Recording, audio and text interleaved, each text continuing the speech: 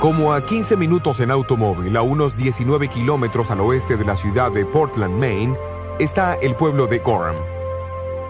Al norte del pueblo está Fort Hill y fue aquí que las mellizas Elena e Isabel nacieron. Sus padres, Roberto y Eunice Harmon.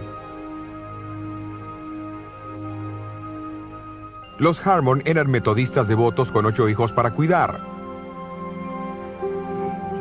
Aunque su casa ya no existe hoy, esta marca indica su lugar aproximado.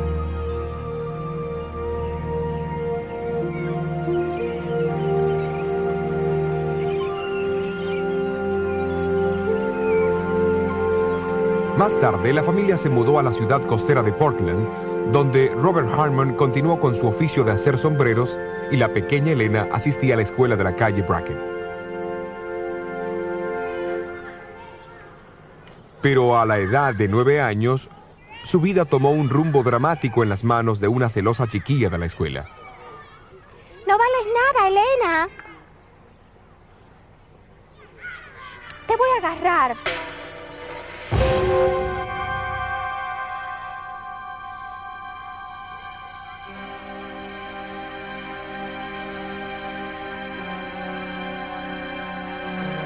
Elena fue llevada a su casa en la calle Clark, donde luego descubrieron que su nariz estaba fracturada y todas las facciones de su rostro habían cambiado. Permaneció en estado de coma por 3 semanas. Al recuperarse un poco, se dio cuenta de la diferencia que su apariencia hacía en la manera que todos la trataban.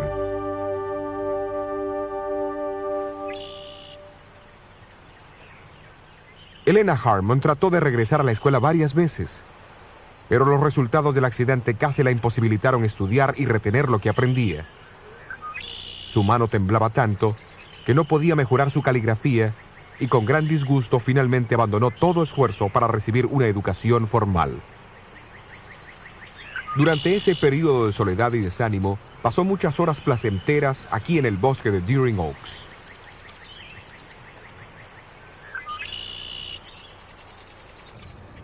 En marzo de 1840, Guillermo Miller llegó a Portland y presentó una serie de conferencias sobre la segunda venida de Cristo, en la iglesia que una vez estuvo en este sitio, en la calle Casco. La familia Harmon asistió a las reuniones y Elena más tarde escribió sobre Miller. Él trazaba las profecías con una exactitud convincente y mantenía hechizada a la muchedumbre.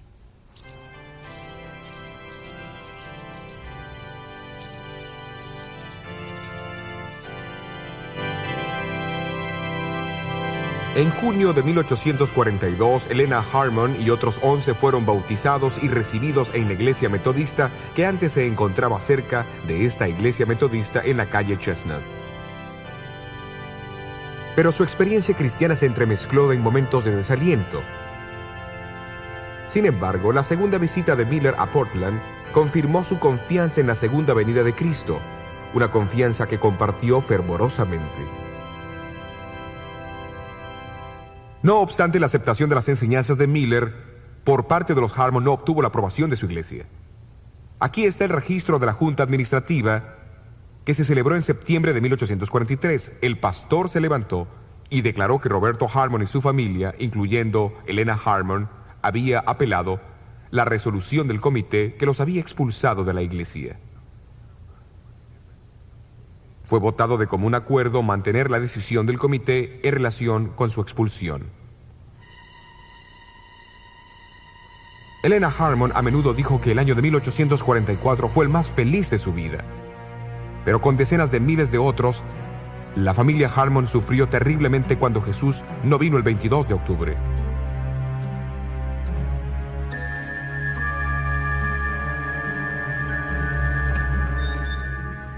Para diciembre de 1844, la mayoría de los creyentes adventistas abandonaron su confianza en la validez del 22 de octubre. Elena Harmon y sus amigas habían aceptado que el cumplimiento de la profecía de los 2300 años todavía ocurriría en el futuro.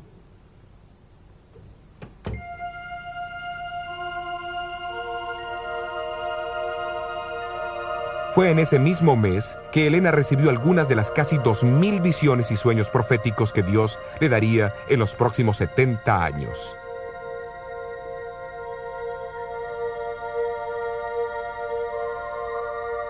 Durante estas visiones, ella quedaba completamente inconsciente de sus alrededores y como Daniel, cuando recibía una visión, no respiraba durante el tiempo de la revelación. Las visiones variaban en duración, de muy corto tiempo hasta casi 4 horas. Algunas le eran dadas en público frente a algunos o hasta cientos de testigos, generalmente acompañadas por un fenómeno físico marcado durante los primeros 30 años de su ministerio, que mostraban a aquellos que observaban una fuerte evidencia que la obra provenía de Dios. Otras visiones le eran dadas mientras oraba, escribía o hablaba, y no eran acompañadas por fenómenos físicos. Sin embargo, durante los últimos 40 años de su ministerio, las visiones proféticas eran a menudo sueños dados durante la noche.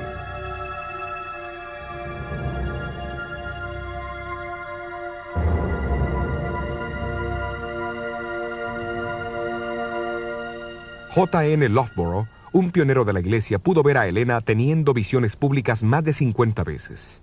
Él escribió que al comienzo de la visión la palabra gloria era repetida 3 veces, pero cada vez con más debilidad.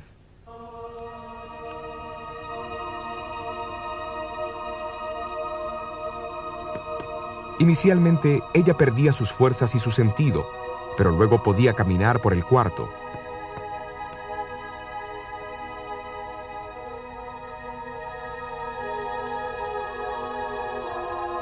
A veces hacía gestos con sus brazos y manos, aunque los presentes no podían moverlos de ninguna manera.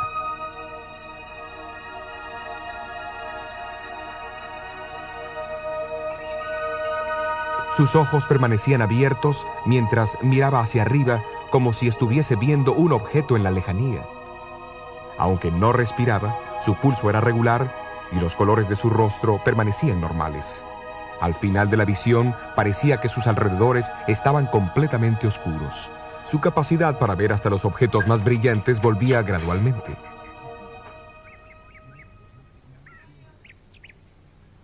Justamente antes de su primera visión en diciembre de 1844, la salud de Helena empeoró rápidamente. Parecía que la tuberculosis iba a terminar con su vida. En esta condición, ella respondió a una invitación de una amiga allegada, la señora Isabel Haynes, para visitarla a su casa, que quedaba al otro lado del puente en el sur de Portland.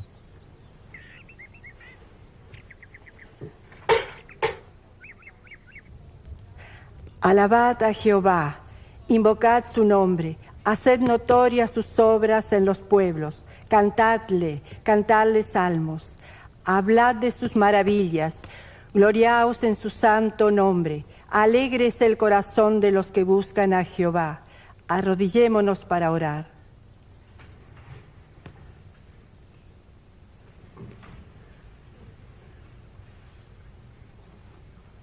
Cierta mañana, 3 mujeres jóvenes se unieron a Helena y a la señora Haynes para el culto.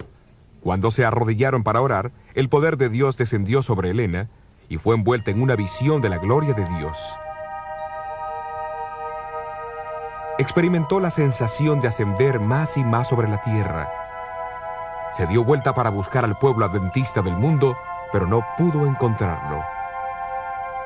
Mirando hacia arriba, vio un sendero recto y angosto en el que viajaban hacia la ciudad santa.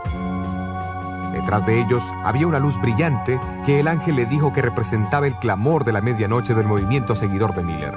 Esta luz brillaba por todo el sendero y los prevenía de caerse. Al frente vieron a Jesús guiándolos hacia la ciudad y como a Pedro sobre las aguas, estarían seguros mientras mantuvieran sus ojos en él. Mientras la visión seguía, vio la segunda venida de Jesús junto con la resurrección del pueblo de Dios. También pudo presenciar la ascensión a la Nueva Jerusalén y vio algunas de sus maravillas. Cuando Helena compartió esta revelación con sus 4 amigas, pareció contestar algunas de las preguntas que las preocupaban. ¿Había Dios dirigido la experiencia del gran chasco? ¿El 22 de octubre había sido un cumplimiento de la profecía o una gran desilusión? Una senda angosta se extendía por encima del mundo. En esta senda, el pueblo adventista viajaba hacia la ciudad. La visión afirmaba que el mensaje del 22 de octubre fue la providencia de Dios. Era la luz detrás de ellos que iluminaba el sendero hacia la ciudad. Significativamente, esta luz había sido encendida al comienzo del sendero. Ellos habían esperado que ésta hubiese marcado el final del mismo, pero era bueno saber que Jesús conocía toda la experiencia y continuaría guiando a todos los que fijasen sus ojos en él. Como una semana después, ella recibió una segunda visión donde Dios formalmente la llamó a ser su mensajera. También le fueron mostradas las pruebas y la oposición que enfrentaría. Esta visión la preocupó, pues estaba consciente de su juventud, timidez y constante enfermedad. También temió por su propio orgullo. Sin embargo, aceptó el apoyo divino y comenzó a compartir lo que él le había mostrado. En eso, abrí mis ojos y vi un sendero recto y angosto, trazado por encima del mundo. Entre aquellos que la escucharon en 1845 Por este sendero, estaba Guillermo los Foy. adventistas viajaban hacia la ciudad que se encontraba al final del sendero. El Señor me mostró esa misma visión. Eso fue justamente lo que vi.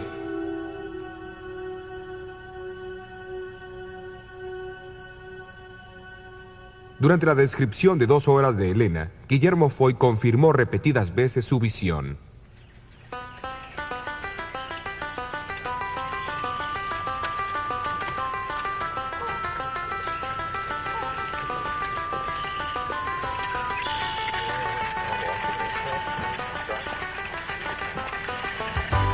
A comienzos de 1845, Elena Harmon viajó al este de Maine para encontrarse con los adventistas de allí.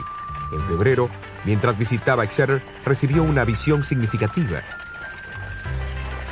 Fue una visión del santuario celestial, donde vio al Padre levantarse del trono y entrar al lugar santísimo. Jesús lo siguió y se presentó ante él como un gran sumo sacerdote para recibir su reino.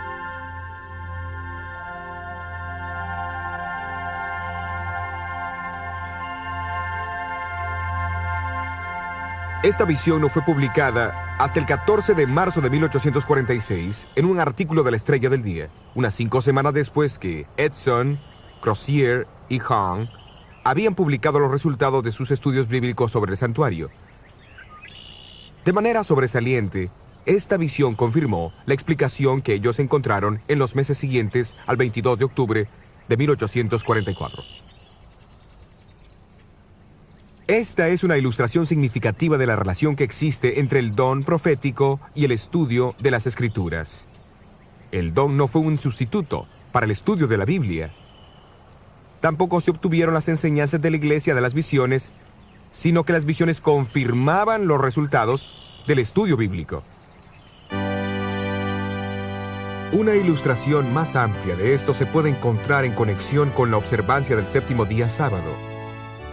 A comienzos de 1846, Elena Harmon conoció a José Bates. Bates había comenzado recientemente a guardar el séptimo día sábado y compartía su entusiasmo con todos los que lo escuchaban. Pero Elena escribió sobre él. Veo que es un verdadero caballero cristiano. Es cortés y es amable, pero siento que se equivoca al detenerse más en el 4º mandamiento que en los otros 9. En agosto de 1846, Bates publicó su folleto de 48 páginas, El séptimo día sábado, una señal perpetua, donde denotaba las razones bíblicas para su observancia. Padre, oramos para que tu Espíritu permanezca con nosotros mientras estudiamos tu santa palabra. Pedimos que nos acerques más a El 30 de agosto de 1846, Elena Harmon se casó con un joven predicador seguidor de Miller, Jaime White. Poco después del casamiento, Jaime y Elena White estudiaron el folleto de Bates, compararon su contenido en las Escrituras y comenzaron a observar el séptimo día sábado y a enseñarlo a otros. Para ese entonces, había alrededor de 50 guardadores del sábado en Nueva Inglaterra y en el estado de Nueva York. Acuérdate del día de reposo para santificarlo. Algunos meses más tarde, ellos fueron a la casa de Stockbridge Holland, un adventista y exitoso ingeniero civil en Topsham, Maine. Fue aquí a comienzos de abril donde Elena White recibió otra visión del santuario celestial. Después de ver el lugar santo, pasó al lugar del santuario. Allí vio los 10 mandamientos con una silueta de luz enfocada en el 4º mandamiento. Jaime y Elena White ya habían aceptado el sábado, ante la evidencia bíblica. Sin embargo, la visión del 3 de abril de 1847, dada unos meses después que ellos comenzaron a observarlo, confirmó su decisión y los impresionó de su importancia.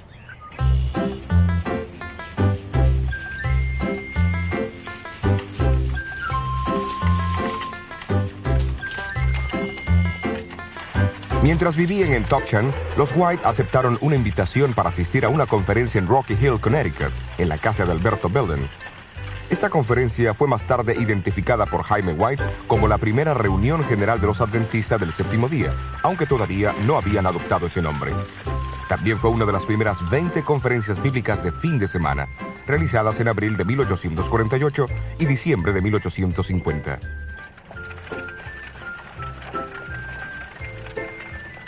Fue durante estas reuniones cuando las enseñanzas principales de la Iglesia Adventista del Séptimo Día tomaron forma, usando los mismos métodos de Lutero en la dieta de Worms: escritura, razón y conciencia. Jaime y Elena White, José Bates, Hiram Edson y otros dirigieron los estudios bíblicos y las sesiones de oración que a menudo tomaban toda la noche. Es importante considerar el papel de Elena White en estas conferencias.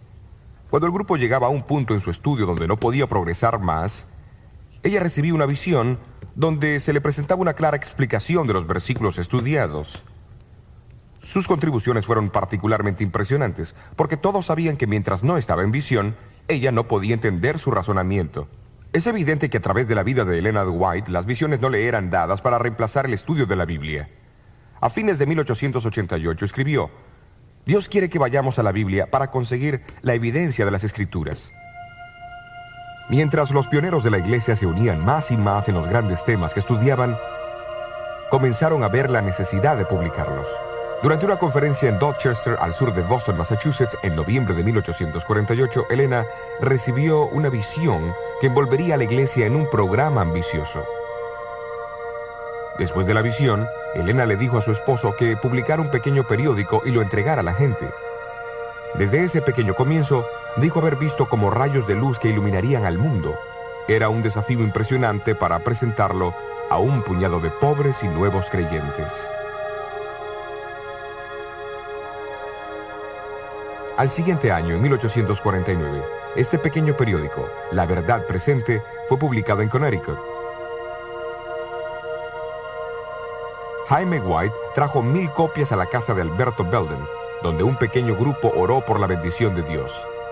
Al siguiente año, el periódico fue reemplazado por la revista y Heraldo del Segundo Advenimiento y el Sábado, conocida hoy como la Revista Adventista. Su mensaje es leído en todo el mundo.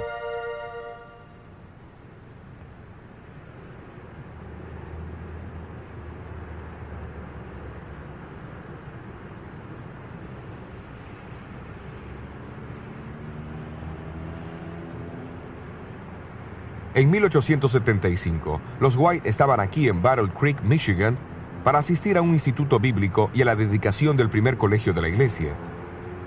Poco antes de la dedicación, Elena cayó muy enferma con una gripe maligna. Temiendo por su vida, algunos de los líderes de la iglesia se reunieron para orar. Mientras oraban, Elena no solo fue curada, sino que recibió una visión de 10 minutos. En esta visión vio al mundo envuelto en tinieblas. Luego, a través de la oscuridad, vio rayos de luz que brillaban más y más, iluminando otras luces hasta que todo el mundo estaba iluminado.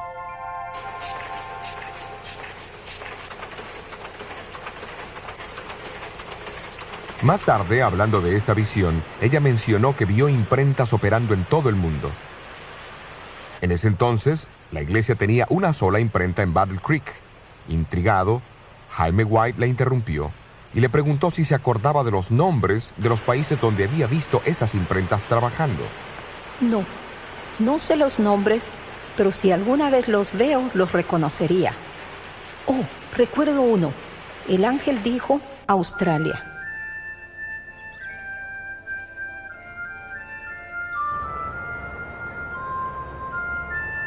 A fines de 1891, Elena White vino a Australia. Luego, después de llegar, visitó el establecimiento de la imprenta situado en Bess Street, Melbourne. Reconoció a las personas que operaban las impresoras y habló de las relaciones entre ellos. basándose en la revelación recibida 17 años antes.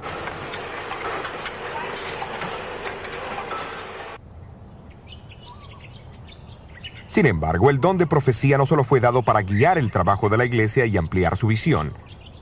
En Efesios capítulo 6, el apóstol Pablo advirtió a la iglesia que estaba ocupada en luchar contra los planes del diablo y contra las malicias espirituales en los aires.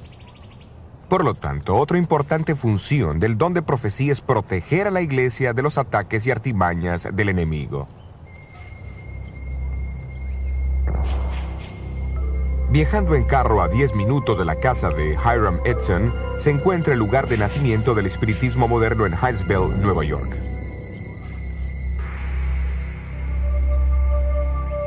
Fue aquí el 31 de marzo de 1848 que la familia Fox escuchó golpeteos misteriosos por primera vez. Luego se estableció una comunicación con la inteligencia que causaba tales ruidos. Supuestamente era el espíritu de un vendedor ambulante que había sido asesinado aquí años antes. Más tarde, en 1848, las primeras demostraciones públicas de esos golpeteos fueron dados en Rochester, Nueva York. Con el pasar de una década, los periódicos estimaron que los creyentes de las manifestaciones espiritistas eran más de 1 millón, con un número de 40,000 mediums solo en los Estados Unidos. Elena White fue advertida en contra de esos golpeteos en una visión que tuvo en 1849. Vi que ese golpeteo misterioso en Nueva York y otros lugares es el poder de Satanás, y que tales cosas serán más comunes y se disfrazarán de vestimentas religiosas. Unos 18 años más tarde, recibió otra visión concerniente al mismo fenómeno. Pronto será una blasfemia hablar en contra del golpeteo, pues se extenderá más y más, y hasta los milagros realizados por Cristo se atribuirán a esos fenómenos espiritistas. El extraordinario cumplimiento de estas predicciones aparece en este volumen, El Centenario del Espiritismo Moderno, publicado por la Asociación Nacional Espiritista en los Estados Unidos en 1948. Aquí en la página 68 dice: un médium predijo el nacimiento de Jesús, quien en su corta vida en esta tierra realizó los tales llamados milagros, que en realidad eran fenómenos espiritistas. ¿Y qué sobre hablar blasfemias en contra de los golpeteos? Página 34. Ni los sacerdotes ni la prensa deberían hablar mal de esta santa palabra espiritismo, solo con manos limpias y corazones puros. ¿Ha llegado a disfrazarse con aspecto religioso? La página 69 dice: el espiritismo es la venidera religión universal, es la sangre que da vida al cristianismo. En verdad, es el cristianismo y más. Elena White también habló sobre el poder que Satanás tendría de mostrarnos la apariencia de las supuestas figuras de amigos o parientes que sabemos que están muertos. El libro de J.B. Philip, El clamor de la verdad, testimonio de un intérprete, el renombrado intérprete del Nuevo Testamento, cuenta sobre su reunión con el famoso escritor cristiano C.S. Lewis. Lo notable de esta reunión es que ocurrió pocos días después de la muerte de Lewis. Cuando Philip compartió esta experiencia con un obispo, este le dijo que eso ocurriría a menudo.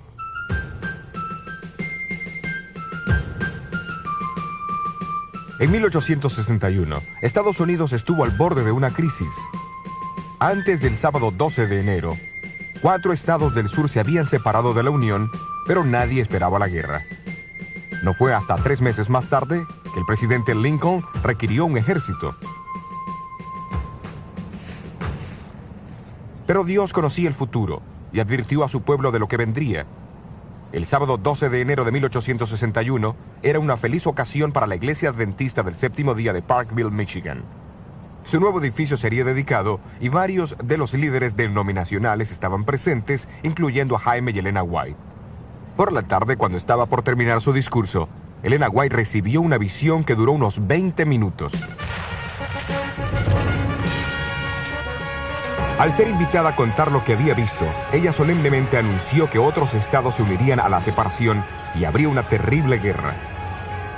Describió los sonidos y los hechos de las batallas y el sufrimiento de los prisioneros enfermos y heridos en los hospitales. vio hogares agonizando la pérdida de esposos, hijos y hermanos. Entonces, mirando los rostros de la congregación, hizo una pausa. Hay personas aquí que perderán sus hijos en esa guerra. 3 meses después de la visión de Parkville, los primeros tiros fueron disparados y la nación se lanzó a la agonía de la guerra civil. Se perdieron más vidas americanas que en todas las otras guerras combinadas.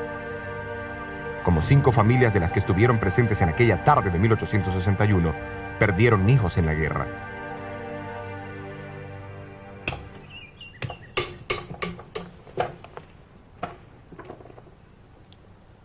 Apocalipsis 12:17 identifica el testimonio de Jesús como una de las 2 características distintivas del pueblo de Dios antes de la segunda venida de Cristo.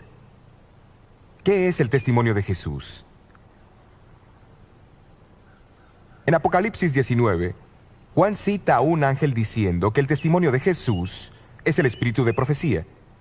Y en Apocalipsis 1, Juan explica lo que él describe como profeta es un mensaje proveniente de Dios a través de Jesucristo dado por su ángel. Y así las palabras de un profeta son llamadas el testimonio de Jesús porque provienen de Jesús y no del profeta. Un ejemplo vivido de este proceso a través de Elena White puede verse en las tempranas experiencias de la iglesia de Washington, Nueva Hampshire.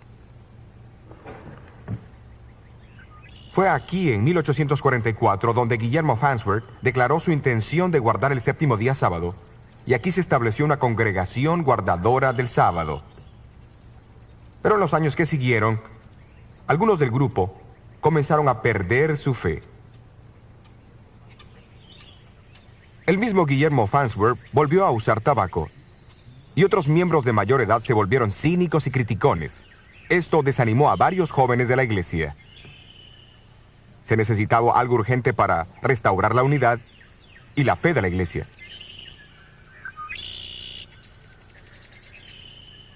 Justamente antes de la Navidad de 1867, los White y J.N. Andrews visitaron Washington.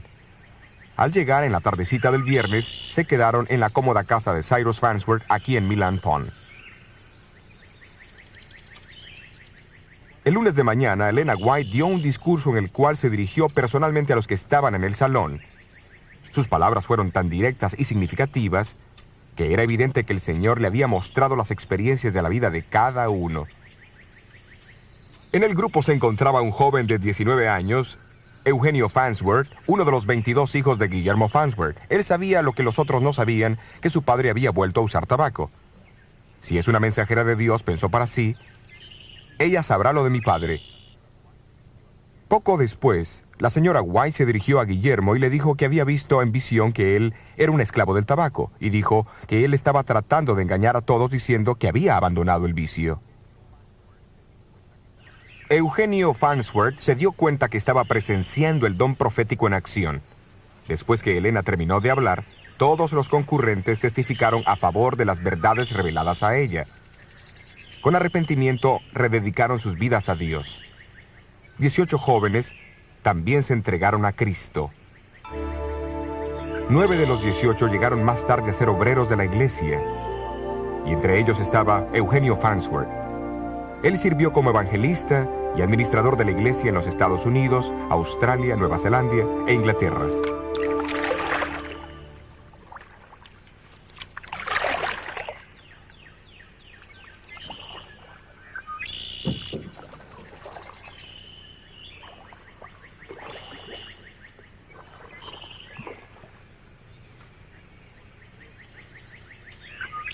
¿Por qué Dios envió a su mensajera a esa iglesia? ¿Por qué Dios ha dado el testimonio de Jesús o el espíritu de profecía a su pueblo remanente? La respuesta a ambas preguntas es la misma. La respuesta del Antiguo Testamento se encuentra en 2 Crónicas 36:15. Porque Dios tiene compasión de su pueblo. El Nuevo Testamento lo explica aún más claro en Efesios 4:12-13. Dios llama a algunos a ser profetas para preparar al pueblo de Dios para obras de servicio, para que el cuerpo de Cristo pueda edificarse hasta que todos alcancemos unidad en la fe.